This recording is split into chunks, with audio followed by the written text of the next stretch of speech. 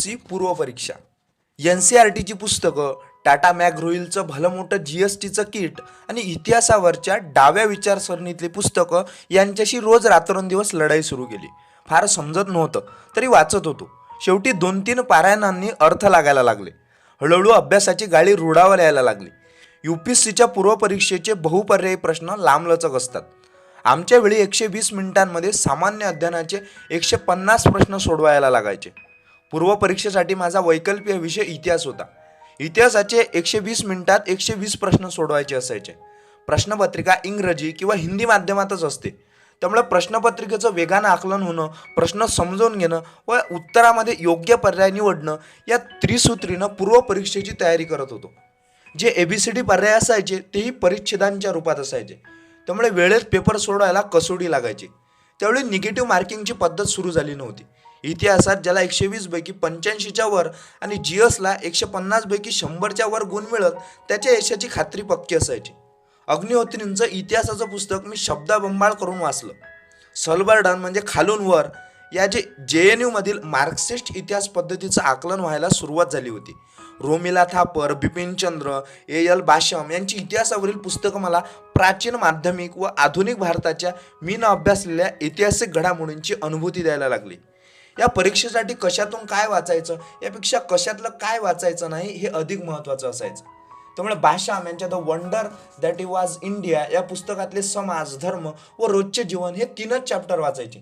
मौर्य काळातील अशोकाच्या शिलालेखावरचे प्रश्न विचारतात तर मग Ashok and the decline of Mauryas या पुस्तकाच्या अखेरीस असणाऱ्या इंडिक्टचं परिशिष्ट व्यवस्थित अभ्यासायचं. असा नेमका व पद्धतशीर अभ्यास सुरू केला. पूर्वपरीक्षेच्या धर्तीवर SISC मध्ये चाचणी परीक्षा होऊ लागल्या. माझा इतिहासाचा स्कोअर 65-70 असा येऊ लागला. थोडा जोर लावला तर यावर्षीच पूर्वपरीक्षेत पास होऊन जाशील असे आश्वस्त करणारे शब्द घोलकर सरांकडून ऐकायला मिळायला लागले. घोलकर सर नेहमी हसत संयमी प्रोत्साहन देणारे. कोल्हापूरला माझा त्यांचा परिचय झाला. ज्यावेळी निराश व्हायचो त्यावेळी त्यांना भेटायला मी कांदिवल्याला त्यांच्या घरी जायचो. त्यांनी मला वेळ द्यायला भेटायला कधीच निरुत्साह दाखवला नाही की कंटाळा केला नाही. घाई न करता व्यवस्थित संकल्पना समजावून सांगायचे. शिवाय अनेकदा पोहे व चहाही द्यायचे. फी किंवा गुरुदक्षिणा आम्ही देऊही शकलो नव्हतो आणि त्यांनी कधी चुकून त्याबद्दल उच्चारला नाही. सर थकले होते व SISC पर्यंत यायला त्यांची घालमेल व्हायची तरी ते यायचे. त्यामुळे ते व्रतस्त्र योग्यासारखे गुरु विद्यार्थी आला तर त्याला पुरेपूर समाधान होईपर्यंत शिकवायचे, समजावून सांगायचे. सरांची क्लिष्ट संज्ञा समजवण्याच्या विद्वत्तापूर्ण शैलीनं बाजार झालेल्या आम्हा पामरांना घोलकर सर ओॲसिस सारखे वाटायचे. कांदिवलीला सरांना भेटून मी बहिणीकडे मुक्काम करायचो. ती चारकोप जवळच्या सह्याद्री नगरामध्ये राहत असे. ही सातारा सांगलीकडच्या लोकांची कॉमन वसाहत आहे. 10x10च्या 2 रूमचा छोटा ब्लॉक असणाऱ्या 70-75 इमारतीचं हे संकुल गावाकडच्या वातावरणात आल्याची अनुभूती द्यायचं. मात्र गावाकडून लग्न होऊन आलेल्या मुली येथे येऊन मॉडर्न झालोय हे दाखवण्यासाठी गाऊनवर फिरायच्या. लहानपणी मी पाहायचो मुंबईमध्ये काम करणारा चारमानी सुट्ट्यांमध्ये किंवा जत्रेच्या वेळी गावी यायचा त्यावेळी त्याचा रुबाब काही औरच असे. पांढरा शुभ्र सदरा, त्यावर पांढरी पॅन्ट व त्यावर पांढरे शुभ्र मॅचिंग सँडलही असायचे. गळ्यात काळ्या रंगाचा स्वतःच्या रंगाशी जुळणारा मर्फीचा रेडिओ घेऊन तो गावाच्या बाजारपेठेतून रुबाबात चालायचा. अनेकदा त्यावेळी त्याच्या पांढऱ्या शुभ्र शर्टावर इस्त्रीनं गुलाबांच्या फुलांचं स्टिकर उमटवलेलं असायचं. त्याच्या चालण्यात जवानीतल्या देव आनंद, जितेंद्र किंवा मिथुन चक्रवर्तींसारखी स्टाईल असायची. गावातल्या कसोडावाल्या बायका व झग्यावाल्या मुली यांच्या चारकमानी रुबाबाकडे वळून वळून पाहायच्या. त्याच्या स्टाईलचं मला खूप अप्रूप होतं. पण ज्यावेळी मुंबईला आलो व डीडलाईन रोडवर वाण्याच्या चाळीत 10x15च्या गाववाल्यांच्या रूमवर या हाफ चड्डीतल्या श्रमवीरांना पाहिलं तेव्हा माझा श्रम निराश झाला. दिवसभर हातगाडी चालून अंग मोडलेले माझे भाऊबंद असणारे हे मिलमधील धुरानं काळवंडलेले हिरो एकमेकांना रेलून एका कुशीवर पट्ट्यांच्या चड्ड्यामध्ये गाढ झोपलेले दिसायचे. मी अभ्यास करताना त्यांच्या ओळीनं झोपलेली रांग आठवायचो आणि आपण जर अयशस्वी झालो तर या रांगेत आपला 1 नंबर वाढेल या भीतीनं अधिक जोमानं अभ्यास करायचो. परीक्षा जवळ यायला लागली तशी चाचण्यांची वारंवारता वाढू लागली. एकदा एका चाचणीत मला 50 पेक्षा कमी गुण मिळाले. मला हा धक्का होता कारण परीक्षा 1.5 महिन्यांवर येऊन टाकली होती. पण आत्मविश्वासही होता. म्हणून मी उत्तरपत्रिका पुन्हा पाहण्याची विनंती केली. चेक केली तर मला 72 गुण मिळाले होते. एकमेकांची उत्तरपत्रिका तपासायला उमेदवारांनाच दिली जायची. माझी उत्तरपत्रिका कोठीकरनं तपासली होती व मुद्दामहून त्यात माझं 25 गुण कमी केले होते. मी जाऊन त्याला जाब विचारला. तो ततपप करत कारण देऊ लागला. माझे गावाकडचे हात त्याला धडा शिकवण्यासाठी फुरफुरू लागले होते, पण मोठ्यांनी संयम ठेवण्याचा आग्रह केला. त्यामुळे माझा राग अश्रूंच्या स्वरूपात बाहेर आला. अशा निराशेच्या चक्रात रोज तयारी करताना फिरायचो. त्यामुळे त्या दिवशी आत्मविश्वास पुन्हा कोलमडला. त्याला अंजारून गुंजारून अधिक तयारीनं फुंकर घालून उभा करणं हे आव्हान होतं. जोमानं तयारीला लागलो. आधीच्या वर्षी झालेल्या मुख्य परीक्षेचा निकाल लागला. लग्न घरात जशी गडबड सुरू होते तशी SISC मध्ये मुलाखतीची लगबग सुरू झाली. पास झाले ते कॉर्डिओमधून प्रमोट झाले व त्यांना अभ्यासिकेत प्रवेश मिळाला. मुलाखतीच्या तयारीला नागपूर, पुण्याहून अनेक जण SISCत दाखल झाले. वातावरण मुलाखतमय झालं. मॉक इंटरव्ह्यूची पॅनल प्रत्येक रूममध्ये बसू लागली. राष्ट्रीय आंतरराष्ट्रीय घडामोडींवर चर्चेच्या मैफली जमू लागल्या. एटिकेट मॅनर्सवर एक्सपर्ट बोलवले जात होते. व्यक्तिमत्वानुरूप कपडे शिवायला गेले होते. टायची गाठ कशी बांधायची याच्यावर प्रात्यक्षिक दिलं जात होती. आम्ही नौखे या साऱ्या लगनघाईकडे कुतूहल आणि आश्चर्यानं पाहायचो. पुढच्या वर्षी आपल्यालाही या बोहल्यावर चढायला मिळेल याच्या गुदगुल्या व्हायच्या. अविनाशही मुख्य परीक्षा पास झाला होता. त्याच्या कपडे खरेदीपासून ते मोठमोठ्या अधिकाऱ्यांकडे मार्गदर्शनासाठी जाताना मी सोबत असायचो. माझ्या रूममध्ये त्याचा मॉक इंटरव्ह्यू आयोजित केला होता. मी हट्ट धरला की मलाही मॉकच्या पॅनलवर बसून प्रश्न विचारायचे आहेत. मी त्याची पूर्वतयारी केली होती. माझा बालहट्ट पाहून पोटेंनी मिश्किलपणे शेरा दिला. विश्वास, तू आमच्यासाठी चहा आणि पाण्याचा मग आणून द्यायचं काम करायचं. एखादी मुलाखत दिलीस की टेबलाच्या बाजूला येऊन बस. शब्द झुंबवणारे होते पण खरी होते. मी अनेकदा हवेत असायचो आणि अशा प्रसंगामुळे झपकन जमिनीवर येत असे. UPSC बरोबर MPSCची परीक्षा द्यायचा विचार डोक्यात घोळत होता. यावर्षी MPSCच्या जाहिराती उपजिल्हाधिकारी पदाच्या 18 जागा निघाल्या होत्या. शिवाय वित्त व लेखा अधिकाऱ्यांच्या 250च्या वर जागा निघाल्या होत्या. त्यामुळे कुठे ना कुठेतरी आपला नंबर लागेलच या आशेनं राज्यसेवेचा फॉर्म भरला होता. SISC मध्ये लपून छपून MPSCचा अभ्यास करावा लागे. एकतर तेथे प्रवेश घेणाऱ्यांनी UPSCचं हेच एक ध्येय ठेवावं असा मानक होता. शिवाय आपण काय वाचतो हे इतर जण डोकावून पाहायचे. त्यावेळी MPSCचं पुस्तक हातात असेल तर खाजील व्हायचं. त्यामुळे अनेकदा पुस्तकांना पुठ्ठे घालून किंवा UPSCचा लट्ट किटमध्ये मराठीतली छोटी पुस्तकं ठेवून अभ्यास करावा लागे. 4 महिन्यांपूर्वी PSIची मुख्य परीक्षा दिली होती. त्यामुळे राज्यसेवेचा पूर्व परीक्षेचा पेपर फार तयारीने करताही सोपा गेला. खरं घोळ मैदान जवळ येत होतं. UPSCची पूर्व परीक्षा आवाक्यात येत नव्हती. ही परीक्षा उमेदवारांना सर्वांगानं कसं काढते. अभ्यासाचं रोज 10-12 तास मीटर पाडत होतं, पण सिलेबस आटोपत नव्हता. सामान्य अध्ययनासाठी 10वीपर्यंतची NCERTची पुस्तकं वाचली होती. राज्यघटनेसाठी DD वसूंचं तर अर्थशास्त्रावरचे दत्त व सुंदरमचे अवजड ग्रंथ वाचायचा प्रयत्न करत होतो. एकूण ताकदीनिशी तयारी करूनही अभ्यासाचा आवाका हनुमानाच्या शेपटीसारखा वाढतच होता. वैकल्पिक विषयासाठी सुरुवातीला मूलभूत मानली जाणारी प्राचीन, मध्ययुगीन व आधुनिक भारतावरची NCERTची 12वीपर्यंतची नेमकी पुस्तकं वाचली. ही पुस्तकं आमच्या विद्यापीठाच्या अभ्यासक्रमापेक्षा अव्वल दर्जाची होती. त्यामुळे पाया घट्ट झाला. मग स्वतंत्र लढ्यातील समाज बरोबर हिंदोळे घ्यायची इंग्रजी माध्यमात शिकलेली स्वतः ड्रायव्हिंग करीत रोमिला हे पुस्तक प्राचीन भारताच्या इतिहासाच्या अभ्यासाच्या परफ्यूमच्या सुवासानं पुस्तकाची किंमत व लांब 300 रुपये असल्यानं ते विकत घेण्याचं धाडस केलं नाही. तसं त्या पण नंतर फोर्ड मधल्या रस्त्यावरच्या पुस्तक बाजारात मला त्याची रंगीला छाप अचानक मिळाली. पत्र्याच्या पेटीत असणारा इस्त्री केलेला एखादा ज्यावेळी पुस्तक मला त्या पुस्तकांच्या ढिगाऱ्यात मिळालं त्यावेळी हनुमानाला संजीवनी मिळाल्यावर होणारा आनंद झाला. नोट्सवरून माझी किंबहुना आम्हा अभ्यास करणाऱ्या अनेक जणांचे अनेक तास रस्त्यांवर लक्ष ठेवणाऱ्या अनेक जणांचा शोध घेण्यात निघून जायचा. अभ्यासांवर त्यातून शोधानंतर बौद्धिक खजिन्यातली ती गेल्यावर आवडणे घाती लागायची. हायपाय गोष्टींची अत्यंत वाजवी किमतीची एक शिरपेच आमच्यातल्या एकाही जणांच्या हाती समृद्ध गर्विता लागणार नाही. याच्या सर्वांना खात्री असून कधी आमच्या आशा मात्र पल्लवित होत्या. हॉकरच्या लाल रंगाच्या मारुती 800च्या आसपास आम्ही पुढच्या सीटवर कधी तिच्या शेजारी बसायला मिळेल का गरीब विद्यार्थ्यांना ज्ञानाची भांडार उपलब्ध मारत विचार करायचो. तशाच संदर्भानं तसा भीक मागणंही गुन्हा आहे. पण व्यवस्थेचा बळी असलेल्या भीक मागणाऱ्या छोट्या मुलांवर कधी पाशवी पोलीस कारवाई होणार नाही याची मी नेहमी दक्षता घेतो. कायदे कठोरपणे राबवले जावेत, पण ते करत असताना मात्र काही फरक पडला हित नव्हता आणि त्यांच्यावर कायद्याच्या दिव्याची गाडी बगळ्यानं होणारे विपरीत परिणामाचं भान ठेवलं पाहिजे. मला प्रश्न पडतो, रोज जगाचा द्वेष, तिरस्कार व शिवाशाप सहन करणाऱ्या रस्त्यावरच्या अनाथ भुकेल्या भिकारी बालकातून एक सच्चा सतशील व देशप्रेमी नागरिक निर्माण होऊ शकतो का? लहानपणीच त्याचं क्रूर लैंगिक शोषण झालंय. त्याला मादक ब्राऊन शुगरची ओढ त्याच्या आईचं दूध पिण्याच्या वयातच लावली गेली आहे. त्याचा भविष्यकाळ काय? एकतर तो भिकारी होईल किंवा छोटा मोठा बाल गुन्हेगार. भिकारी, गरदुल्ला, गलीचा किडा, गटारातील पैदाईश अशा पदव्या बिरुंद त्याला आयुष्यभर मिरवावी लागणार. त्याला स्वतंत्र, समता, दर्जा व संधीची समानता या घटनेतल्या संज्ञा समजावून सांगण्याचा कितीही प्रयत्न केला तरी ते त्याला समजणारही नाही किंवा समाजात त्याला या तत्वाची अनुभूती कधी मिळणारही नाही. त्याच्या दृष्टीनं त्या बोगस, बेगडी व दिशाभूल करणाऱ्या संज्ञा. तो माझ्या मध्यमवर्गीय मानसिकतेपासून खूप भिन्न आहे. त्याच्या मनातल्या, हृदयातल्या, मानसिकतेतल्या व्यवस्थेविषयी असणारा राग, त्रागा, नैराश्य आणि संताप माझ्या बेगळी, बनावट, प्रेमानं व जुजबी प्रयत्नांनी कमी होणार नाही. त्यामुळे मी भिकार यांच्या मुलाकडं का जाणू हा वेगळ्या सहानुभूतीनं पाहतो. बालकामगार हाही असाच एक उपेक्षिलेला घटक आणि सर्वात भयावह आणि वेदनादायी परिस्थितीत कोण जीवन जगतं तर बालवयात वेश्यागृहात दाखल होणाऱ्या कोवळ्या वयातील मुली. का जाणू अभ्यास करतात हे सारे पिचरलेले, खसलेले जीवही माझ्या अंतरंगात मला अभ्यास कर म्हणून साथ घालायचे.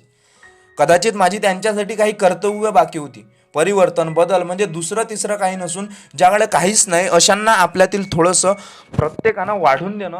मला अभिप्रेत असणाऱ्या परिवर्तनाची सुरुवात मी माझ्यापासून का करू शकत नाही? सनदी सेवेत जातात सोबत त्या तळागाळातल्या पिसलेल्या, खसलेल्या वर्गासाठी काही देणं लागतो. ही भावना व भूमिका आपल्या तयारीला, अभ्यासाला नेमकी नैतिक बळ देतं आणि पर्यायानं ते बळ आपुसपणे बुद्धीच्या विवेकातून आणि हृदयातील करुणेतून पेनाच्या मार्ग कागदावर उतरतं. कदाचित याच दृष्टिकोनातून अलीकडे UPSCनं मुख्य परीक्षेत नैतिक मूल्ये, प्रामाणिकपणा व विधायक दृष्टीवर 250 मार्कांचा एक पेपर वाढवला आहे. फोर्टमधला रस्त्यावरचा पुस्तकांचा बाजार हा आमच्या बुद्धीसाठी, अभ्यासासाठी खुराक पुरवणारा डेपो होता. मला जगाच्या इतिहासावरची अनेक चित्ररूपी पुस्तकं इथं मिळाली होती.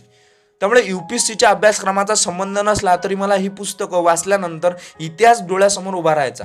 नॉर्मन लेविसचं वर्ड ऑफ मेड इज पुस्तक मला इथेच सापडलं. या पुस्तकामुळं मला इंग्रजी शब्दांची व्युत्पत्ती कळायला लागली व तर्कशुद्ध पद्धतीनं माझा शब्दसंग्रह झपाट्यानं वाढू लागला. डेल कार्नेगीची छोटी छोटी व्यक्तिमत्व विकासावरची पुस्तकं मला सकारात्मक दृष्टिकोन ठेवायला मदत करू लागली. येथेच मिळालेल्या नानी पालखीवालांच्या वी द पीपल व वी द नेशन या 2 पुस्तकांनी माझ्या समकालीन इतिहासाबद्दलच्या संकल्पना विस्तृत केल्या. गांधीजींचं सत्याचे प्रयोग मला इथल्याच ठिगाऱ्यात मिळाले की जे वाचल्यानं माझं आत्मबळ वाढलं. आपण करतो तशा चुका नव्हे तर घोळ चुका खूप मोठ्या माणसांनीही केलेल्या आहेत हे बापूंचं आत्मचरित्र वाचून कळालं होतं. मात्र या चुकातून शिकून शहाणपण घ्यायचं असतं व त्या घोळ चुकांची पुनरावृत्ती करायची नाही. हे 2 अत्यंत महत्त्वाचे धडे मला त्यामुळे शिकता आले. त्यामुळे केलेल्या चुकांचा पश्चाताप बंद केला व वर्तमानात जगायला शिकलो. जर भविष्याचं योग्य नियोजन केलं नाही तर तुम्ही अयशस्वी होण्याचंच नियोजन करत असता असं भीष्मराज बाम सरांचे विजयाचे मानसशास्त्रमध्ये वाचताना आलं होतं. सरावाचं, वेळेचं व्यवस्थापन हे बाम सरांच्या खेळाच्या मानसशास्त्रातून शिकलो. त्यांच्या पुस्तकातला विनिंग हॅबिट्स बिंबवण्याचा जाणीवपूर्वक प्रयत्न केला. त्यामुळे सकाळचे 4 तास, दुपारचे 4 तास व संध्याकाळचे 4 तास अशा 3 टप्प्यांमध्ये अभ्यासाची मोड बांधली होती. धर्माधिकारी सरांनी विजयपथमध्ये अभ्यासाचा आलेख समजावून दिला आहे. 4 तासांच्या अभ्यासाच्या कालखंडांमध्ये सुरुवातीचा 1 तास अभ्यासाचा पारा वर चढतो, नंतरचे 2 तास स्थिर राहतो व शेवटच्या तासात उतरतो. हे खूप छान समजायला लागलं. 4 तासानंतर टी ब्रेक असायचा. आम्ही अभ्यासाचं टायमिंग हे परफेक्ट सेट केलेलं असायचं. सकाळच्या ऑफिस भरायच्या वेळी, दुपारच्या लंच ब्रेकच्या वेळी व सायंकाळी ऑफिस सुटल्याच्या वेळी आमचे टी ब्रेक व्हायचे. कारण यावेळी SISCच्या शेजारच्या 3-4 कॉलेजमधील शिकणाऱ्या मुलामुलींचे घोळके आमच्या कॅन्टीनमध्ये नाश्ता किंवा जेवणासाठी यायचे. आमचा अभ्यास करून थकलेल्या, ओसळलेल्या डोळ्यांना या चटकमटक दृश्यांनी थोडासा वयानुरूप आल्हाद वाटायचा. अभ्यास करण्यासाठी हिरवळीकडे पाहणं हे फायद्याचं असतं असं कुणीतरी सांगितलंही आहे. पण घड्याळ लावून ब्रेक 20 मिनिटांपेक्षा जास्त होणार नाही व तोल कुठे जाणार नाही याची खबरदारी सर्वांकडून घेतली जायची. मला पहाटे उठण्याची सवय असल्यानं आकलनास अवघड आणि न समजणारे विषय या फ्रेश वेळी वाचायला घ्यायचो. दुपारी पेंगायच्या वेळी सोप्या विषयांना हात घालायचो. अभ्यासक्रमातील सर्व घटकांचा चार्ट बनवला. जिममध्ये व्यायाम करताना शरीरातील सर्व अवयवांची सुडोल आणि योग्य प्रमाणात बांधणी होईल तसा विविधांगी घटक उपघटकांचा सर्वांगीण अभ्यास मोठ्या महत्त्वाकांक्षेनं सुरू केला होता. अभ्यासाबरोबर ज्ञानवृद्धी करणारे, प्रेरणा देणारे छंदही जोपासायला सुरुवात केली होती. चांगली व्याख्यानं ऐकायला जायचो. चांगली मराठी नाटकं, इंग्रजी सिनेमे पाहायचो. नाना पालखीवाल्यांचं बजेटवरचं बेब्रॉन स्टेडियममधील व्याख्यान ऐकून आलो होतो. दरम्यानच्या काळात शेषन साहेबांनी निवडणुकांची प्रक्रिया स्वच्छ आणि पारदर्शक केली होती. विद्यापीठात याचंही मार्गदर्शन ऐकायला गेलो होतो. पण त्यांचे संस्कृत प्रचूर अवजड अवडंबरी भाषण पचलं नाही. शेवटी IAS म्हणजे आय एम सॉरी असं त्यांनी सांगितलं. आजही प्रत्यक्ष अनुभवतो त्यावेळी पत्र्याच्या डब्यात गोट्या टाकल्यावर येतो तसा त्यांचा ऐकलेला खडखडणारा आवाज आजही आठवतो. रोजच्या घडामोडींसाठी जबरदस्तीनं द हिंदू आणि फ्रंटलाईनची चाचपणी करायचो. थोडक्यात मेंदूचा आकलशक्तीचा योग्य विकास झाला नसताना मोठमोठ्या झेपा घेणारा प्रयत्न करत होतो. त्यामुळे पाय कोलमडत होते, मुरगळत होते, लचकत होते. ही तयारी महाविद्यालयात असताना केली असती तर आता शेवटचा हात फिरवला आला असता. कमजोर हाडांची काडी पहिलवान असूनही हिंद केसरीच्या जोडीची कुस्ती खेळायचा आग्रह धरून बसलो होतो. एकदम आकाशाला गवसणी घातल्यामुळे हनुमानासारखा हात पोळणार हे निश्चित होतं. माझगावच्या सेल्स टॅक भवनच्या 8व्या मजल्यावरच्या भल्या मोठ्या हॉलमध्ये माझा परीक्षेचा नंबर आला होता. खरं तर जवळजवळ सगळ्या UPSCच्या परीक्षा आमच्या वेळी त्याच हॉलमध्ये व्हायच्या. त्यामुळे SISC मधून घोळकेच्या घोळके एकत्र ट्रेननं परीक्षा केंद्राकडे जायचे. मी सकाळी फोर्टच्या मंदिरात जाऊन दर्शन घेतलं. शंकराची मनोभावे प्रार्थना केली. परीक्षेला जर पास झालो, पेपर सोपा गेला तर खूप सारी बेलफुलं, नारळ, अबीर, गुलाब वाहनांचं आमिष त्याला दाखवलं. खानावळीत कांदे पोहे व चहा घेतला आणि दोन पेन्सिल व रायटिंग पॅड घेऊन ट्रेननी माझगावला पोहोचलो.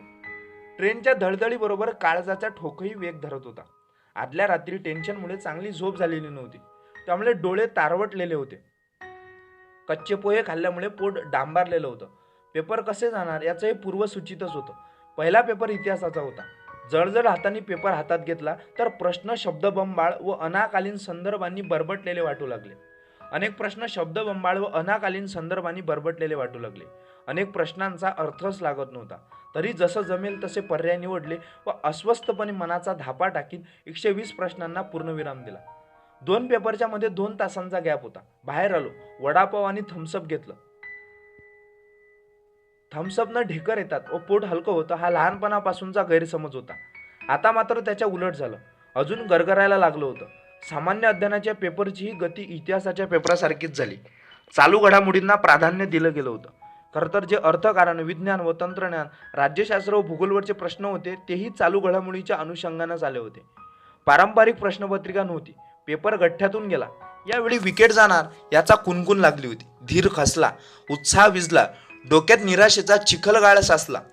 उतरलेल्या चेहऱ्यानं आणि जड पायानं SISCत परतलो. इथंही आता फार दिवस राहता येणार नव्हतं.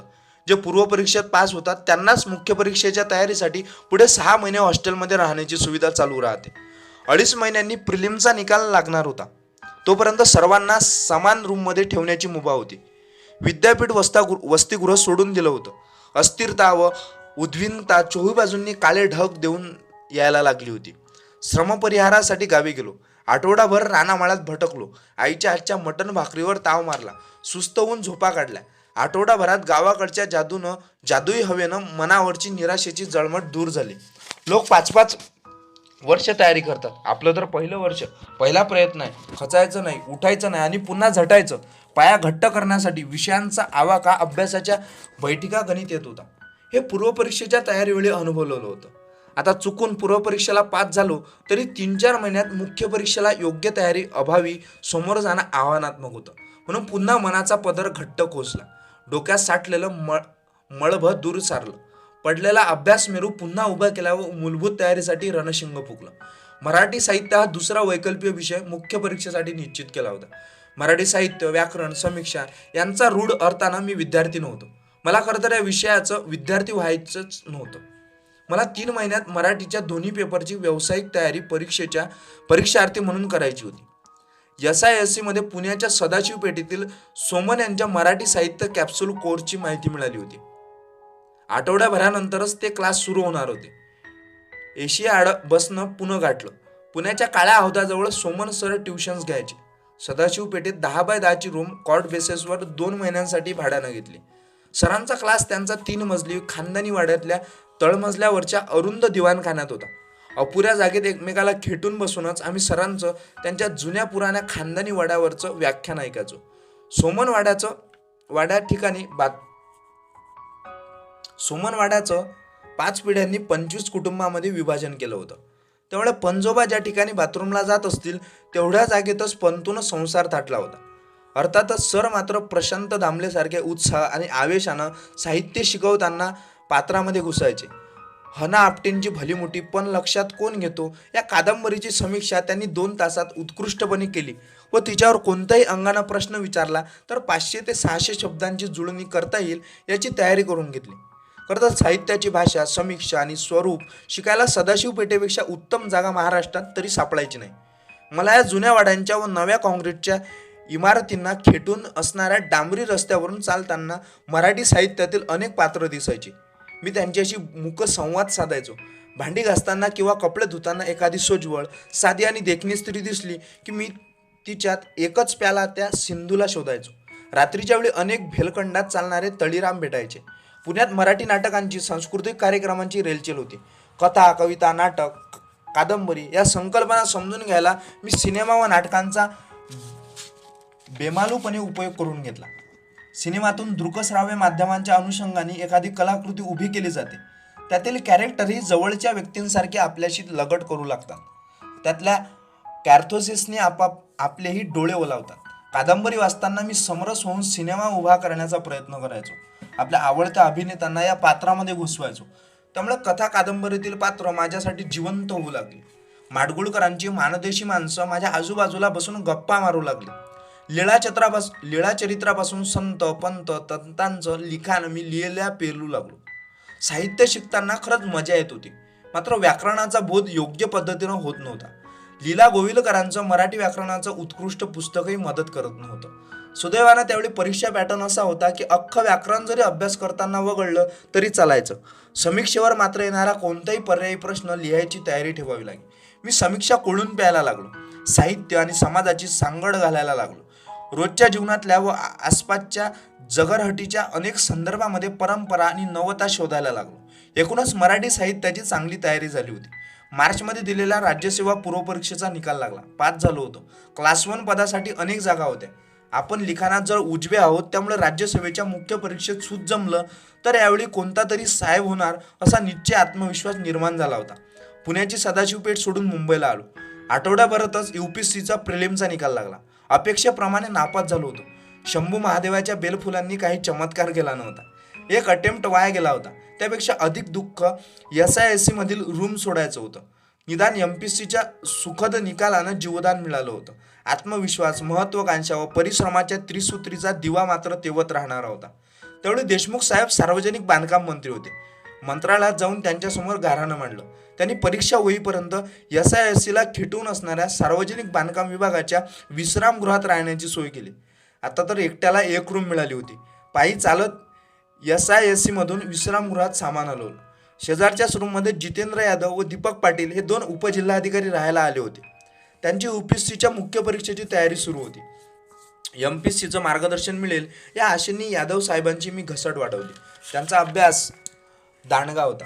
मला त्यांच्या संपर्कात राहून राज्यसेवेच्या मुख्य परीक्षेच्या तयारीचा सूर गवसू लागला. त्यांनी मला एकच मंत्र दिला, 6 नोकर ठेवायचे. ते तुला शिकवतील प्रश्नांनी उत्तरं कशी लिहायची. त्या नोकरांची नाव आहेत what, why, when, where, who and how. प्रत्येक विषयाला मी या 6 प्रश्नांचे संदर्भ लावू लागलो. माझं परीक्षण चपलक व्हायला लागलं. उत्तर सर्व अंगाने स्पर्श करू लागली. त्यांनी लिखाणावर भर द्यायला लावलं. वाचन ज्ञान देतं, लिखाण नेमकेपणा आणतं आणि चर्चा आपल्याला तत्पर आणि हजरबाबी बनवतात. पूर्व, मुख्य आणि मुलाखतीचं हे सूत्र आहे. माझ्याकडे गावाकडचे खूप मित्र, पाहुणे मंडळी यायची. मी साहेब होणार असं आव्हानात त्यांच्यासमोर फुशारक्या मारायचो. मुळात सामाजिक पिंड असल्यानं मीही त्यांना भेटण्याचा, त्यांना चहाला घेऊन जाण्याचा कंटाळा करायचो नाही. अनेकदा 4-4 जण माझ्या छोट्या रूमवर राहायचे. त्यांचा धिंगाणा चालायचा. त्यात बरेच जण मुंबई पाहायला आलेले असायचे. मी दिवसभर पेटीत लायब्ररीत अभ्यास करायचो. संध्याकाळी भलता कंटाळा आलेला असायचा. मग मित्रांना घेऊन मी गेटवे, मरीन ड्राईव्हवर भरकटला जायचो. रेस्ट हाऊसवर उशिरा पोहोचायचो. त्यावेळी आमच्या खिदळण्याची लोकांनी झोप मोडवायची. अशा बिनकामाच्या गाठीभेटी आणि बाष्कळ गप्पांमध्येही वेळ जायला लागला. यादव साहेब हे सर्व पाहत होते. एक दिवस मला बोलवून त्यांनी खडसावलं, विश्वास, तुला स्वामी विवेकानंदांचा माणसांच्या संगतीबद्दलचा एक विचार सांगतो. आकाशातून एखादा थेंब थेट हातावर पडला तर तो पाय धुवायलाही वापरता येत नाही. तो तापलेल्या पत्रावर पडला तर क्षणार्धात नष्ट होतो. जर तो कमळ पुष्पावर पडला तर तो मोत्यासारखा चमकतो. आणि जर तो शिंपलात पडला तर त्या पाण्याच्या थेंबाचाच मौल्यवान मोती होतो. तो थेंब सारखाच असतो, पण त्याचं अस्तित्व, लायकी व किंमत तो कणाच्या संपर्कात येतो यावर अवलंबून असतं. विश्वास, मुख्य परीक्षा समोर उभी टाकली. गरुडाप्रमाणे भरारी घेण्याची इच्छा असेल तर बदकांसोबत पोहण्यात वेळ वाया घालू नकोस. एक एक क्षण महत्वाचा आहे. दर एक तास धिंगाणा केलास की 1-2 मार्क कमी होणार आहे ते ध्यानात ठेव. 1-2 मार्क कमी झाले की 5-6 जण रँकनं तुझ्यावर जाणार. आणि असे अनेक तास वाया गेले की तू स्पर्धेत तळात राहणार. ही ससा कासव स्पर्धा आहे. स्पीड आणि सातत्य दोन्ही महत्वाचं आहे. कणाकणाची, क्षणाक्षणाची लढाई जिंकायची असेल तर भरकटायचं सोडून दे. मी बघतोय तो दिवसभर अभ्यास करतोय, पण रात्री तुझ्या अभ्यासाचं वांग होतंय. खुर्चीला लोहचिंबकासारखा चिटकून राहा. इंग्रजीत म्हण आहे, when the going gets tough, the tough gets going. ज्यावेळी तुझी गात्र थकतील, पेन चालायचं बंद होतील, बुद्धी काम करणार नाही, त्यावेळी तुझी खरी कसोटी लागेल. मुष्टियोद्धा मोहम्मद अलीची गोष्ट ऐकली आहे का? जोर मारताना ज्यावेळी बाहू दुखायला लागायचे, वेदना प्रयत्नाला प्रतिकार करायला लागायची, त्यावेळी तो गणती सुरू करायचा. झुंजणाऱ्या खऱ्या फायटरची हीच ओळख असते. ज्यावेळी त्याच्या क्षमता संपतात त्यावेळी त्याच्या सरावातून, तपश्चर्येतून साकारलेल्या ऊर्जा त्याला साथ देतात. त्या ऊर्जांना तुला फिनिक्स पक्षाप्रमाणे बाहेर काढावं लागेल. या स्पर्धेत हजारो जण तुझ्याबरोबर धावत आहेत. तुला तुझ्या अस्तित्वातील शस्त्र बाहेर काढून निकराची झुंज देता आली पाहिजे. आली नाही तर पुन्हा सपाटून मार खाशील. जागा हो भावा, वेळ गेलेली नाही. दिवसाची रात्र व रात्रीची दिवस करून अभ्यास कर. रात्र वैरायची आहे असं समजून चौफेर चौकस राहा आणि सावधपणे लढ. स्वतःचे डावपे स्वतःच टाक. इतरांना त्याची भनकही लागू देऊ नकोस. संधी सूर्योदयासारखी आहे. खूप वेळ वाट पाहत राहिलास तर ती निसटून निघून जाईल. आताच लोहा गरम आहे. घाव घाल भावा, घाव घाल. जीव तोडून यादव साहेब मला सांगत होते. का कुणास ठाऊक, माझं नशीब बलवत्तर म्हणून मला अशी प्रेम देणारी, जपणारी, सांभाळणारी आणि शिकवणारी माणसं या अडथळ्यांच्या शर्यतीत भेटून गेली. मला दरवेळी कोणीतरी अशी शॉक ट्रीटमेंट द्यायचे. आताही मी खडबडून जागा झालो व मुख्य परीक्षेच्या स्प्रिंटची तयारी सुरू केली.